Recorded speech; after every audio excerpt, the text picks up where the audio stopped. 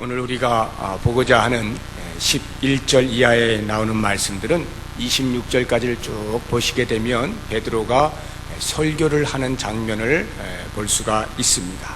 이 설교는 사도행전 1장으로부터 해서 세 번째가 되겠습니다. 베드로가 1장에서는 그 마가의 다락방에 120문도가 함께 모여서 성령이 오실 것을 기다리는 중에 이제 가룟 유다로 인하여서 그 사도들의 수에서 한 명이 결혼된 것을 다시 뽑기 위해 베드로가 그들 앞에 일어나서 이렇게 말을 하죠.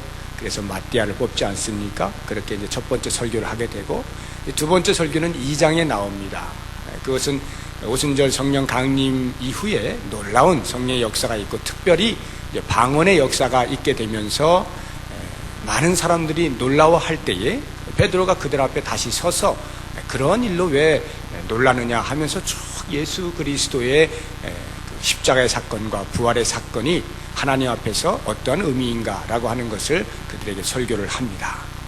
그리고는 이제 3장에서 다시 세 번째 설교를 하게 되는 것입니다. 이것은 지난주에 우리가 본 대로 성전 미문에 앉아있는 나민서부터 안진뱅이 된 그 거린을 고쳐주게 되면서 많은 사람들이 놀라서 솔로몬 행각에 모여가지고 이제 그 경위를 듣고자 하는 그 상황에서 베드로가 설교를 하게 되는 것입니다. 우리가 이 설교를 유심히 살펴봐야 하는데, 오늘은 제가 11절과 12절 두 절만 읽지 않았습니까?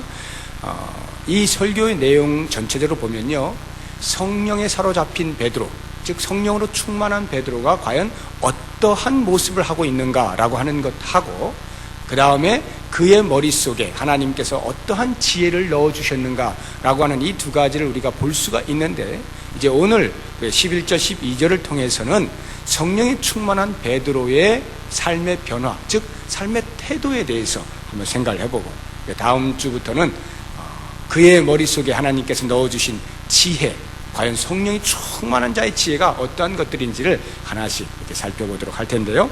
오늘은 그 태도를 한번 보도록 하겠습니다. 11절 다시 한번 보죠. 나은 사람이 베드로와 요한을 붙잡으니 모든 백성이 크게 놀라며 달려 나아가 솔로몬의 행각이라 칭하는 행각에 모이거늘, 이렇게 말씀하는데요.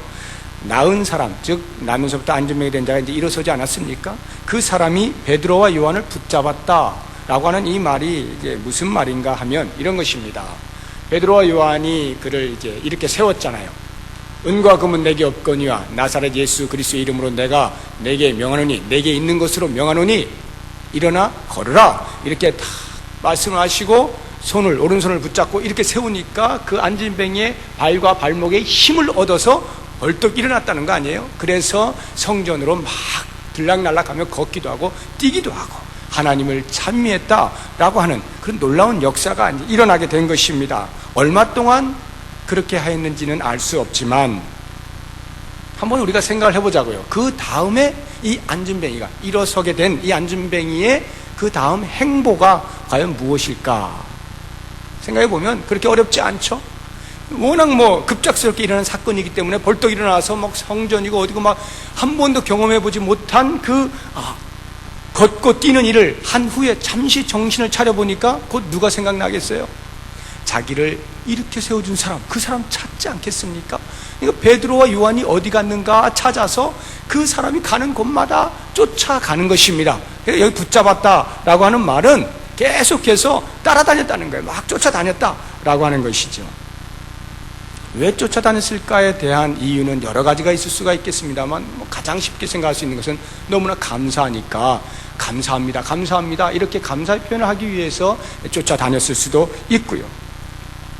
또 다른 면으로 보자고 하면 혹시 내가 잠깐은 일어났는데 그러다 다시 주저앉게 되는 것은 아닐까라고 하는 어떤 심리적인 불안감, 이런 것에 의해서 그 고쳐준 사람 옆에 붙어 있으면 혹시 잘못돼도 다시 또 일어날 수 있겠다 하는 생각 때문에 그렇게 계속 이렇게 쫓아다녔을 수도 있겠습니다. 그러나 제 마음속에는 가장 그럴싸한 이유를 제가 이렇게 묵상을 해보면 이런 거예요. 지금 그 고쳐준 사람이 범상치가 않은 것입니다. 보통 사람 이상의 어떤 비범한 그런 행위를 보면서 그에 대한 자기도 모르는 종교적인 추종심이 생긴 것이죠. 야, 여기 따라다니면 이 사람과 같이 있으면 뭔가 하여튼 뭔가는 얻을 수 있겠구나, 또는 뭔가는 잡을 수 있겠구나. 이러한 어떤 종교적인 추종심이 그로 하여금 계속 따라다니게 하지 않았는가, 저 나름대로 이렇게 생각을 해봅니다.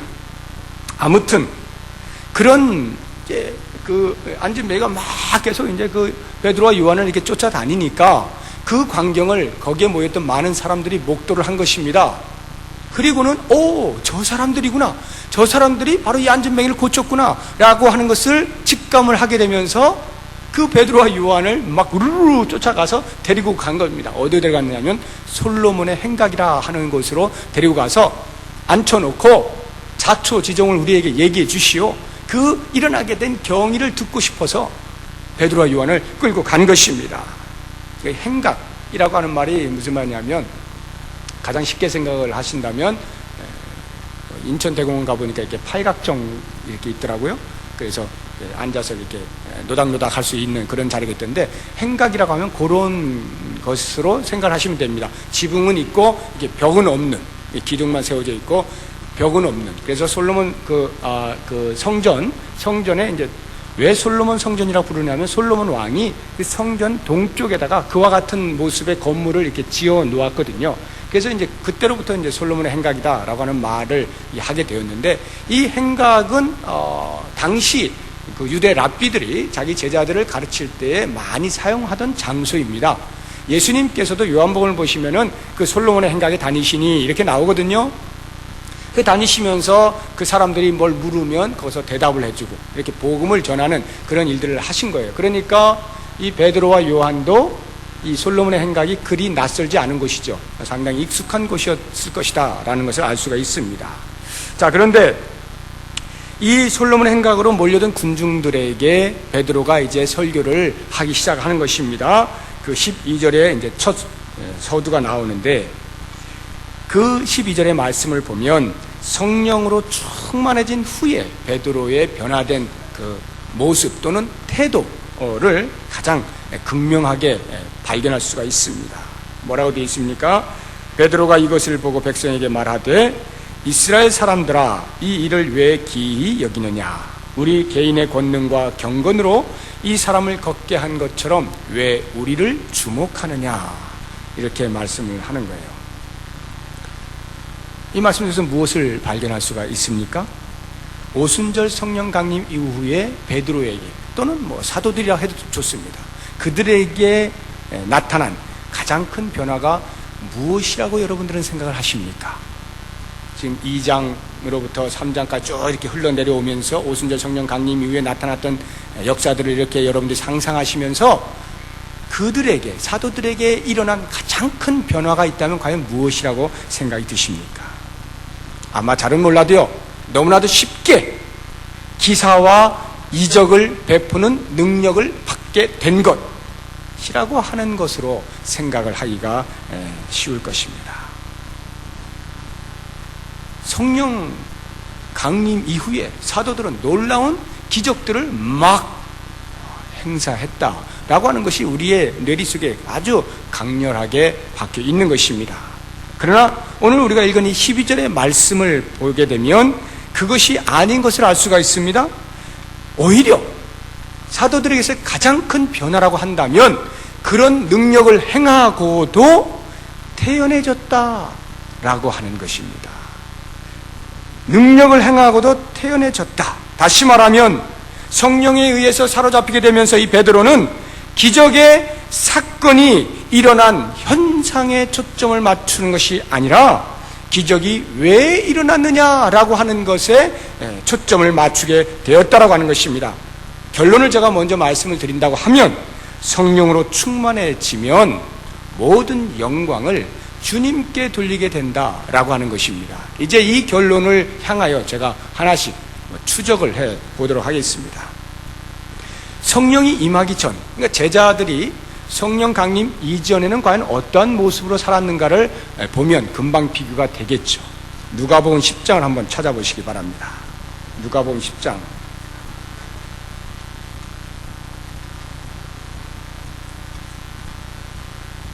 109쪽에 있습니다. 신약성경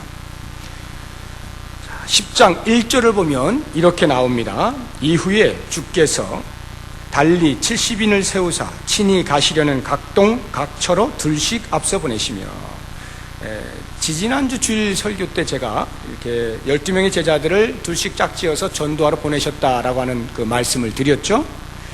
이번에는 이제 좀 확대된 것입니다. 70인의 제자들이 이제 전도대로 이렇게 결성이 된 것입니다. 그래서 예수님께서 그 70인을 둘씩 또 이제 짝지어서 이렇게 내보내는 거예요. 둘씩 짝지어서 보내는 것에 대한 이유는 제가 말씀을 드렸죠. 아무튼 이렇게 이제 파송을 했어요. 둘씩. 그러니까 이 제자들이 아주 열심히 신나게 이제 전도를 하였습니다.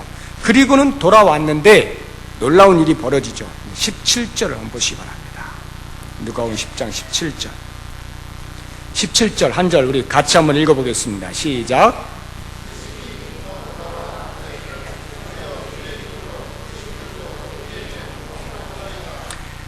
어떤 일이 벌어진 거예요? 주의 이름으로 귀신들도 우리에게 항복하더라. 제자들을 한번 생각해 보세요. 예수님과 같이 사역을 하는 동안에 제자들의 마음속에 가장 부러운 것이 있었다고 한다면 어떤 것이겠어요?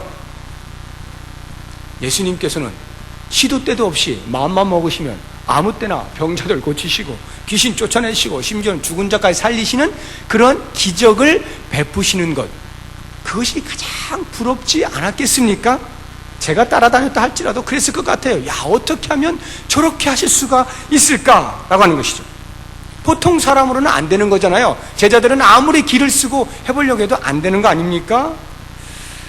그래서 이 제자들의 관심은 온통 그쪽에 쏠려 있었을 것임이 틀림이 없는 것입니다. 나는 언제쯤 저런 능력을 행사할 수 있는 것일까? 얼마나 따라다니면 저렇게 할 수 있을까? 라는 생각들을 아마 하고 있었을런지도 모르겠어요. 그런데 놀랍게도 전혀 예상치 못하게 둘씩 짝지어서 전도를 하러 나갔는데 그만 거기에서 그 일을 만나게 된 것입니다. 주의 이름으로 자기들 앞에서 귀신들이 항복을 하는 것을 보게 된 거예요. 귀신들이 쫓겨난 것을 보게 된 것입니다. 너무나 놀랍고 신기하고 기가 막힌 일을 당한 거예요. 그들의 평소의 마음속에 늘 사모하고 있던, 기대하고 있던 그 일이 직접 자기들의 눈앞에서 벌어지게 된 것이죠. 그래서 이 제자들은 그 소식을 전하기 위해서 그냥 천리가 마다하고 막 달려왔을 거예요. 그냥 달려왔겠어요? 막 춤추면서 달려왔겠죠. 신나가지고 이거 말하고 싶어서 제대로 전도는 했나 모르겠어요. 아무튼 그냥 막 쫓아와가지고 지금 하는 말이 지금 17절의 말씀이에요. 기뻐 돌아와 가로되 주님, 귀신들도 항복하던데요? 이런 말투가 아니죠.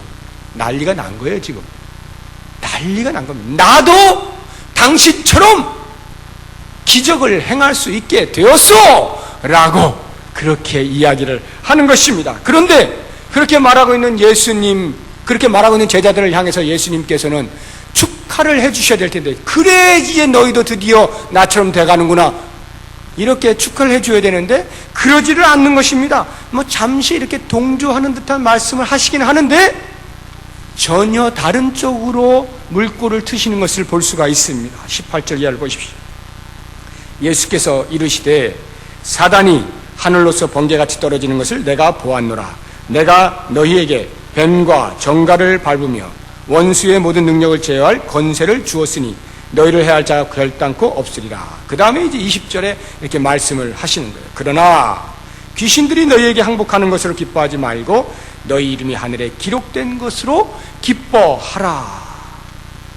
제자들은 초자연적인 어떤 현상을 본 것에 너무나 놀라고 기뻐 달려왔는데 예수님께서는 그것으로 기뻐하지 말고 오히려 하늘나라 생명책의 이름이 기록된 것으로, 즉 하나님 나라의 백성된 것으로 구원을 얻은 자로 기뻐하라, 이렇게 말씀을 하고 있는 것입니다. 무슨 말인가 하면 제자들의 마음속에는 예수님을 그렇게 열심히 쫓아다녔음에도 불구하고 예수 그리스도를 믿는 믿음으로 말미암아 구원 얻음의 은총이 얼마나 큰 것인지를 모르고 그저 한낱 이 땅에서 밖에는 경험할 수 없는 그 정도의 귀신 쫓아내는 거기에 정신이 다 나가 있었다는 거죠. 그것을 예수님께서 지금 고쳐주고 계시는 거예요. 시정해주고 계시는 거예요. 어떤 것이 훨씬 더 기뻐할 만한 가치가 있는 것인가 라고 하는 것을 알려주시고 있는 것입니다. 그런데 당시 제자들로서는 아마 예수님의 이 말씀을 제대로 이해를 하지 못했을 거예요. 어쩌면 이렇게까지 생각했을는지 몰라요. 예수님께서 지금 시샘하시는 거 아니야? 이거 지금 예수님이 당신하고 비슷한 레벨로 지금 우리가 가게 되니까 괜히 은근히 겁나서 그러시는 건 아닐까? 이렇게까지 생각했을런지도 모르겠습니다. 성령을 체험하지 못하면 구원의 은총이 얼마나 큰 것인가라고 하는 것을, 그 무엇과도 비교할 수 없는 가장 큰 선물인 것을 전혀 알 길이 없어요. 그러니까 태도가 어떻게 되느냐? 계속 껍데기를 향하여 달려나가는 거예요. 예수님께서 기적을 베푸시는 그 이유가 무엇인지를 알지 못한 채 기적 베푸는 그 현상, 거기에만 온 정신이 다 팔려 있었다는 거죠. 그들의 태도는 구원의 은총에 대하여 정상적인 태도가 아니었던 것입니다. 이게 바로 성령을 받지 못한 제자들의 옛 모습이었던 거예요. 그런데 오순절 성령 강림 이후에 성령으로 충만해진 사도들은 이제 어떻게 됩니까? 이미 각 나라의 방언으로 말하게 되는 초자연적 경험을 했잖아요. 2장에 보면. 그리고 설교를 탁 한번 하면 하루에 그냥 3,000명씩 회개하고 죄사함을 받고 세례를 받는 놀라운 일들이 벌어지지 않습니까? 거기다가 3장으로 가니까 어떻게 돼요? 이 베드로가 나면서부터 안전병이 된 40년이나 완전 불구인 그를 말씀 한마디로 그냥 이렇게 세우는 놀라운 기적을 베풀지 않습니까? 기적을 계속적으로 지금 경험을 하고 있는 거예요. 마치 누가복음 10장의 시간으로 우리가 돌아가 본다라고 한다면 지금 이 정도의 사건들은 어떠한 반응을 보여야 될까요? 제자들은 기절해야 되는 거예요. 기절해서 정신을 잃어야 되는 거예요. 귀신 조금 쫓아낸 것까지 그렇게 기뻐하고 난리를 쳤다고 한다면 이러한 기적들을 경험했을 때에는 아마도 예수님 그동안 수고하셨습니다. 저를 가르쳐 주시려고 얼마나 애쓰셨습니까? 이제 저는 하산해도 되죠? 예수님은 말씀도 안 하시는데 저는 이제 하산합니다 하고는 자기 회사 차리겠다는 거죠. 그러지 않았겠느냐는 거예요. 그런데 성령으로 충만해진 이 베드로, 가만히 이 흐름을 보십시오. 다시 한번 제가 정리를 해드릴게요. 3장에 나오는 사건을 보세요. 베드로와 요한이 성전 비문에 앉은 안진뱅이를 만나게 됩니다. 자, 만나게 되니까 거기서 안진뱅이가 무언가를 구했어요. 그때에 베드로와 요한이 뭘 합니까? 그 안진뱅이를 주목했다. 이렇게 하죠. 주목을 했습니다. 그리고는 그에게 있어서 가장 필요한 영원한 유익이 되는 것을 그에게 선물로 줍니다. 그리고 그것에 대하여 안진뱅이가 반응을 하면서 일어나게 되죠. 그 다음에 많은 사람들이 누구를 주목해요? 베드로를 주목하는 거예요. 요한을 주목하는 거예요. 그들을 주목하는 거예요. 왜요? 어디서 그러한 기적이 도대체 어느 주머니에서 나왔느냐는 거죠. 막 궁금해가지고 모든 시선이 베드로와 요한에게 집중되어 있을 때 베드로와 요한은 어디로 그 모든 시선들을 모아다가 어디로요? 주님께로 돌리지 않습니까? 주님께로 그 시선을 돌리는 것이 바로 12절까지의 말씀이에요. 성령으로 충만해지니까 이렇게 되었다라고 하는 것입니다. 성령으로 충만하면 더 이상 내가 행하고 있는 기적의 현상에 집착하지 않는다는 것입니다. 내가 얼마나 위대한 사람이냐라고 하는 것에 정신이 팔려있지 않는다라고 하는 것입니다. 그것은 다만 내가 행하는 하나님이 맡기신 사역의 선상에서만 이해를 할 뿐인 것입니다. 다시 말하면 기적의 배후에 관심이 있게 된다라고 하는 것이죠. 사도행전 저 뒤편을 한 13장, 14장 쪽을 가보시면요, 베드로와 거의 흡사한 그러한 기적을 베푼 사람이 나옵니다. 바울과 바나바죠. 바울과 바나바가 제1차 전도 여행을 이제 갔을 당시에 루스드라라고 하는 성에 들어가죠. 그런데 그곳에도 공교롭게 나면서부터 안진뱅이 된 자가 있었고, 그 나면서부터 안진뱅이 된 자를 바울과 바나바가 주목하여 그를 고쳐주는 것입니다. 안진뱅이가 일어났습니다. 안진뱅이가 일어난과 동시에 거기에 있던 루스드라의 모든 백성들이 이 바울과 바나바를 주목하였습니다. 그래서 바나바를 스스 이렇게 불렀어요. 그리고 바울은 허메라고 불렀습니다. 우리나라 이 성경에 나와 있는 말이에요. 이 스스라고 하는 말이 무슨 말이냐면 제우스라는 말이에요. 제우스. 여러분 아시죠? 그리스 신화에 나오는 신 중의 신, 최고 신, 아버지 신 있잖아요. 그게 제우스 신이고, 그 제우스 신의 신탁을 받아서 이렇게 청와대 대변인 하듯이 그 제우스 신의 대변인 역할을 하는 신이 있는데 그 신 이름이 이 허메라고 하는 것입니다.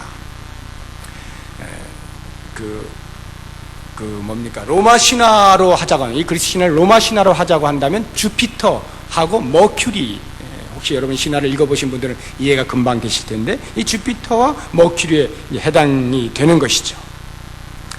왜 이제 바나바를 스스라 하고 바울을 허메라 했는가 하면, 이 스스는 이제 제우스 신이니까 이렇게 아버지 그냥 딱 이렇게 뒤에 이렇게 뒷짐지고 있는 거 아닙니까? 바나바는 물론 이제 바울보다 나이도 많았고, 바나바가 무슨 말 한 거 아니죠. 뭐 뒷짐지고 있었는지 아니면 이렇게 서 있었는지 모르겠지만 아무튼 가만히 서 있었던 거예요.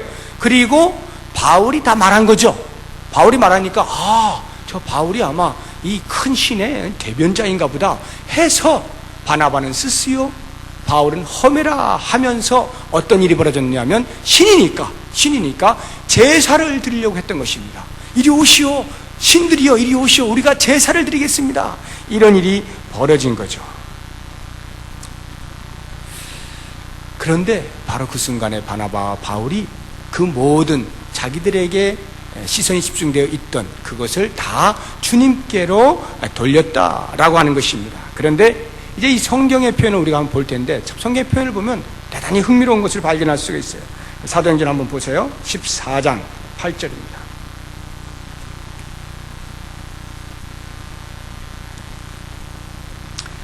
사도행전 14장 8절 212쪽인데요.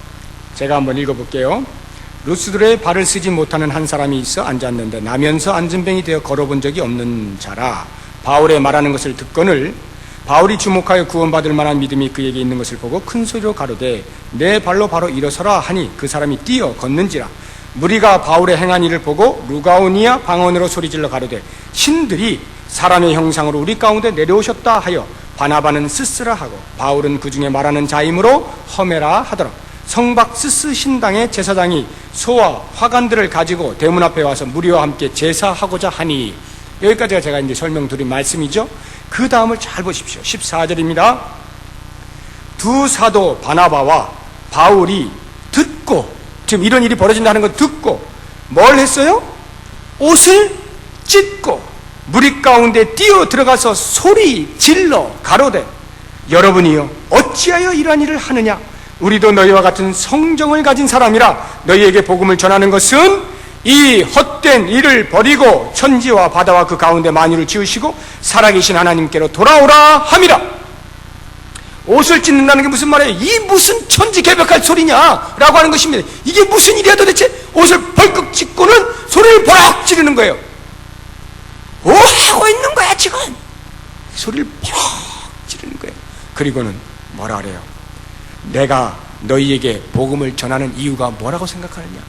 이 헛된 짓을 버리고 이렇게 사람을 향하여서 신이라 하면서 우상을 섬기는 이 헛된 짓을 버리게 하기 위하여 내가 지금 복음을 전하고 있는 것인데, 그래서 그 선상에서 이 안진뱅이도 고침을 받은 것인데 너희들은 지금 그것을 역행하여 오히려 더 우상을 섬기는데 발빠르게 움직이고 있구나 라고 지금 책망을 하고 있는 것이에요. 그런데요, 이 책망이 그냥 대충 하는 책망이 아니라 속으로는 기분이 좋으면서 아유 또 하나님 앞에 내가 그래도 겸손해 이래가면서 그냥 책망하는 게 아니라 난리가 난 거예요. 지금 그들의 마음 가운데는 이게 도대체 어떻게 된 일이냐, 왜 저들이 나를 주목하느냐, 왜 우리를 주목하느냐, 살아계신 하나님을 주목해야 되는데 왜 우리를 주목하고 앉아있느냐, 큰일 났다, 큰일 난 모습으로 이들에 대하여 말하고 있는 거예요. 이게 바로 성령으로 충만해진 자의 자연스러운 태도다라고 하는 것입니다. 근데 오늘날은 어떻습니까? 기적에 관심이 있는 것은 그때나 오늘날이나 크게 달라지지 않은 것 같아요. 백성들은 언제나 그런 것 같습니다. 늘 기적에, 신기한 것에 주목을 합니다. 그리고 그 기적을 베푸는 사람에게 주목을 합니다. 그 기적이 어디로부터 왔느냐, 누구로부터 왔느냐, 왜 왔느냐라고 하는 것에 대해서는 그다지 큰 관심이 없는 거예요. 그냥 기적 그 자체가 중요한 거예요. 왜냐하면 보통 사람으로서 할 수 없는 초자연적인 것이기 때문에. 그렇죠. 마치 누가복음 10장에 나오는 그런 제자들과 별 다를 바가 없어요. 지금 이 사도행전 3장에 있는 솔로몬의 행각에 쫙 베드로와 요한을 불러다가 듣고자 하는 그 백성들도 마찬가지였다는 것입니다. 그렇다고 하면 오늘날은 어떠냐는 거예요. 오늘날 우리들에게 있어서도 대중은 언제나 기적에 관심이 많아요. 자연현상에서는 기대할 수 없는 것을 종교 안에서 찾고자 하는 것입니다. 사람들이 종교를 찾는 많은 이유 가운데 상당 부분이 인간의 이 자연적인 상태로는 도저히 이 땅을 살 수가 없어서 초자연적인 힘을 빌어서 어떻게 뚫고 나아가 볼까라고 하는 심리가 많이 작용합니다. 그래서 그런 초자연적인 능력을 행하는 사람이 어디에 있다 하면 대단히 귀가 솔깃해지는 것이 사실인 것입니다. 미아리의 족집게 도사들 얼마나 많이 살고 있습니까? 제가 거기 살다 온 사람인데 그 많은 사람들이 있는 이유가 뭐냐면 누군가가 거기를 가기 때문이거든요. 제가 말씀드렸는데 기억이 날는지 몰라요. 우리나라 전체 그 족집게 도사들이 몇 명이나 있는지 아십니까? 점쟁이들, 요즘 말로 하면 역술사들 70만 명이나 있어요. 우리나라에 70만 명이 그걸 하고 있어요. 그 이야기는 그만큼 수요가 있다는 거죠. 이게 다 뭘 말해주느냐 하면 우리의 종교 심리는 초자연적인 그 무엇을 통하여 위로를 받거나 문제의 해결을 보고 싶은 그 마음이 있다라고 하는 것입니다. 이것이 기독교 안에도 별 다를 바 없이 이러한 초자연적인 현상에 대한 껍데기만 다른 채 그러한 그리움을 안고 살아가는 무수한 대중이 있게 마련이라는 것입니다. 그래서 대중은 언제나 대중이다 라고 하는 이런 씁쓸한 결론을 내리게 되는 거예요. 그러나 문제는 이러한 대중들의 종교 심리를 만족시켜주는 것으로 기독교의 자리를 지키려고 하는 일련의 기독교 지도자들이 사실은 더 큰 문제인 거죠. 사도행전에 나오는 성령 강림 이후에 사도들의 베푸는 이적과 기사를 빌미로 해서 얼마나 많은 지도자들이 이적과 기사를 위한 집회를 하고 있는지 모릅니다. 어찌어찌 하다가 한 사람만 낫게 되면 그때부터 바로 신유 집회 여는 거죠. 은사를 사용해야 한다는 당위성이 그것을 정당화시켜주고 있는 것입니다. 꼭 신유 집회가 아니더라도 어떤 은사가 있다라고 한다면 그러한 것들을 기회로 사람들을 모으고자 하는 것이 오늘날의 모습이다라고 하는 것입니다. 방언을 받게 하는 특수 훈련을 시켜준다든지 아니면 입신의 경지에 이르게 하는 쓰러짐을 경험하게 해준다든지 한때 우리나라를 휩쓸고 지나갔던 빈야드 같이 툭 찌르면 웃음이 막 팍 터진다든지 아니면 이렇게 밀면 그냥 바로 넘어져 버린다든지 이러한 것들에 대하여 우리는 얼마나 많은 관심을 가졌는지 몰라요. 혹시 이 가운데 다녀오신 분 계시면 용서하시고 들으십시오. 요즘은요, 전에는 이렇게 툭 찌르거나 아니면 이렇게 밀었어요. 그러면 이제 넘어지는 거예요. 거의 대부분이 막 넘어지는데 어떤 사람이 안 넘어지는 거예요. 두 번, 세 번 막 그냥 해서 이렇게 딴지 걸고 이래가지고 넘기는 경우도 가끔씩 있어요. 이런 걸 보고 사람들이 치사하게 그렇게까지 하냐, 그게 무슨 성령 집회야, 이런 비난이 일게 되자 요즘은 신종 나왔어요. 건들질 않아요. 여기서 제가 저 끝에 이석호 전사님 있는 저 정도까지 저기 있는 사람을 그냥 여기서 이렇게 하면 저기서 넘어져요. 요즘 집회는 이래요. 손 대지도 않아. 그냥 여기서 그냥 성령의 기운이 여기서부터 저기까지 가는 거예요. 샥. 여러분, 지금 제가 드리는 이 말씀은 어디 저 시골 어디에서 일어나고 있는 게 아니라 지금 우리가 이름만 대면 아는 큰 교회들 다 하고 있습니다. 왜 하고 있느냐? 요즘 이러한 트렌드가 생겨서 그래요. 제자 훈련만 갖고 안 되더라는 거예요. 제자 훈련 열심히 시켰더니 머리만 커져가지고 가슴이 없다는 거예요. 그래서 이 가슴을 키워야 된다. 성령께서 역사하시는 그 가슴을 키워야 된다라고 해서 한 손에 제자 훈련, 또 다른 한 손에 소위 말하는 성령 운동, 이걸 해야 된다라고 해서 양손에 이렇게 제자 훈련과 성령 운동을 동시에 할 때만이 진정한 부흥이 온다. 그리고 실제로 그렇게 돼요. 그래서 수많은 큰 교회들이 이렇게 같이 요즘 하고 있는 것이 유행 트렌드예요. 그래서 이 부분을 감당하고 있는 강사들이, 전문적인 강사들이 있죠. 외국에서 많습니다. 외국에 있는 그런 강사들이 와요. 그래서 이름 딱 타이틀 걸고 모집을 합니다. 그래가지고 수많은 사람들이 몰려들어서요, 거기서 넘어지고 뭐 별걸 다 합니다. 그리고 놀라운 은혜를 받았다라고 하는 거예요. 이게 오늘날의 현상이다라고 하는 것입니다. 만약 제가 지금 이렇게 말씀드리는 것을 아유, 저 목사님 뭐 저렇게 그렇게까지 이렇게 비난을 할 필요가 있을까라고 생각하시면 잘 들어보시기 바랍니다.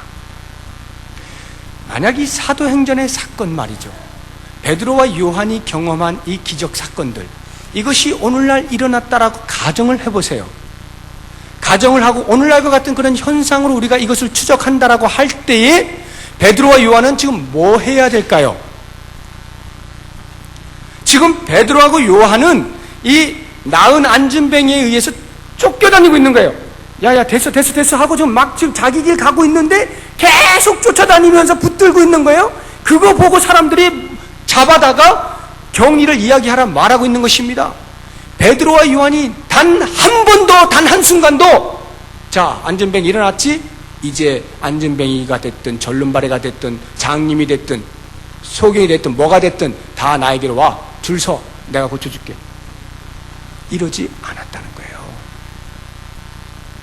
만약 오늘날의 현상으로 보자고 한다면 지금 베드로는 그렇게 해야 되거든요. 줄 서! 해서 하나씩 딱딱 고쳐줘야 되거든요. 집회 열어야 되거든요. 솔로몬 행각에 모이면 그 사람들 다 쓰러뜨려야 되거든요. 그거를 해야 되는데 베드로와 요한은 그러지 않는 거예요. 그냥 자기 길 가고 있는 거예요. 그래서 주변에서 사람들이 그들을 붙잡고 앉아있는 것입니다. 바울은요, 바울과 바나바는 어떻게 했어요? 그 안전병이 고쳐진 다음에 루스드라에서 자, 동네 이장이요, 광고하시오, 전부 다 모이게 하시오, 이래가지고 다 모이게 했나요? 백성들 모이게 해가지고 자, 지금부터 집회를 여니, 이렇게 하지 않았어요. 오히려 그 주변에 있는 사람들이 막 그렇게 하려고 할 때 바나바와 바울은 정신 똑바로 차리라고 외쳤던 것입니다. 내가 언제 그거 하려고 여기 왔더냐 말이죠. 언제 내가 안진병이 고쳐주려고 왔더냐 말이죠. 소리를 버럭 지르는 거예요. 왜 그렇게 했을까요? 기적의 현상에 눈이 어두워져 있는 그 사람들에게 그들은 그들의 마음 가운데 그들을 향하여 정말로 주고 싶었던 복음, 핵심, 예수 그리스도, 구원의 은총, 이것을 전하고자 하는데 오히려 기적이라고 하는 것이 그들의 눈을 가리게 만들고 구원의 은총을 보지 못하게 만들고 거기에 정신이 팔려있는 것에 대하여서 분개하고 있는 거거든요. 그리고는 그 모든 눈들을 어디로요? 당연히 자기에게 쏠릴 거 아니에요. 내가 고쳐주는 사람이니까. 그 모든 주목되어진 눈들을 다 모아다가 주님께로 돌리고 있는 거예요. 구원을 베푸신 자는 예수 그리스도시다 라고 하는 것을 그들에게 말씀하고 있는 것입니다. 제가 이렇게 말씀을 드린 것에 대해서 오해를 하시지 마시기 바랍니다. 이 베드로와 요한 또는 바울과 바나바는요, 결코 일어나 버린 그 기적의 사건을 부인한 적이 없어요. 나 안 고쳤어, 이래 본 적이 없어요. 어쩌다가 일어난 거야 라고 축소하지도 않았습니다. 그들은 일어난 그대로를 이해했어요. 일어난 그대로를 받아들였습니다. 그들에게 있어서는 기적이라고 하는 것은 절대 신화적인 것이 아닙니다. 그리고 그렇다고 해서 합리성의 제물도 아니었습니다. 반면에 그래서 그 기적이 신봉해야만 할 그 무엇도 아니었습니다. 계속해서 그 기적을 일으켜야만 할, 발생시켜야 할 사역의 내용도 아니었습니다. 기적은 일어난 그 사실 자체로 끝이었어요. 일어난 그 사건, 그것이 그냥 끝이에요. 사실을 사실 그대로 받아들이고 본 것뿐입니다. 저 역시도 마찬가지예요. 제가 지금 여러분들에게 말씀드리려고 하는 것은 제가 기적을 부인한다, 이 말을 하고자 하는 것이 아닙니다. 성령의 역사로 인한 초자연적 사건을 왜 거부합니까? 일어나면 감사하죠. 병자가 나오면 감사하죠. 방언이 터지면 감사하죠. 우리들이 보통의 사람으로 경험할 수 없는 것들을 성령의 은혜로 말미암아서 경험할 수 있다면 감사한 것이죠. 그런데 비록 오늘날 교회가 그러한 기적이 일어날 수 있는 기적의 근원지가 될 수가 있고, 또 교회의 지도자들이 그러한 기적을 행할 수 있다 할지라도 그것이 목적이 되어서는 안 된다는 것입니다. 그것이 기독교 지도자들의 사역의 내용이 되어서는 안 된다는 것입니다. 그것을 위하여 별도의 집회를 가지고 그것을 목적으로 무엇을 해서는 안 되는 것이란 말이죠. 그것은 사도행전을 완전히 오해한 거예요. 전혀 엉뚱하게 보게 된 것입니다. 성령에 사로잡힌 베드로는 대중의 무지를 깨뜨렸어요. 기적이면 그것의 출처가 어딘지 상관하지 않는 대중에게 그 기적의 배후에 누가 있는지를 알려주고자 하였습니다. 하나님께서 이 땅에 대하여 일하시는 사역의 선상에서 그 기적이 이해되어야 한다는 것을 보여주었습니다. 결코 기적을 베푼 자신들은 그 사건의 주인공으로 등장하지 않았던 것입니다. 성령으로 충만한 사람은 절대로 하나님께로 돌아갈 영광을 가로채지 않아요. 시편 기자의 고백이 오늘 이 시간 이 자리에 앉은 우리 모두의 입에서도 동일하게 터져 나오기를 바라면서 제가 한 구절을 소개해 드리겠습니다. 시편 115편 1절의 말씀인데 우리 다 같이 찾아서 한번 읽어보십시다. 시편 115편 1절입니다.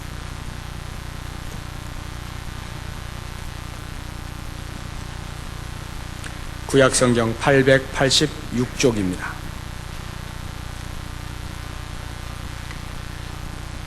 찾으셨으면 이 시편 기자처럼 가슴에 큰 인정함과 외침으로 그런 고백을 우리가 같이 한번 해봤으면 좋겠습니다. 다 같이 시작. 여호와여, 영광을 우리에게 돌리지 마옵소서. 우리에게 돌리지 마옵소서. 오직 주의 인자하심과 진실하심을 인하여 주의 이름에 돌리소서. 아멘.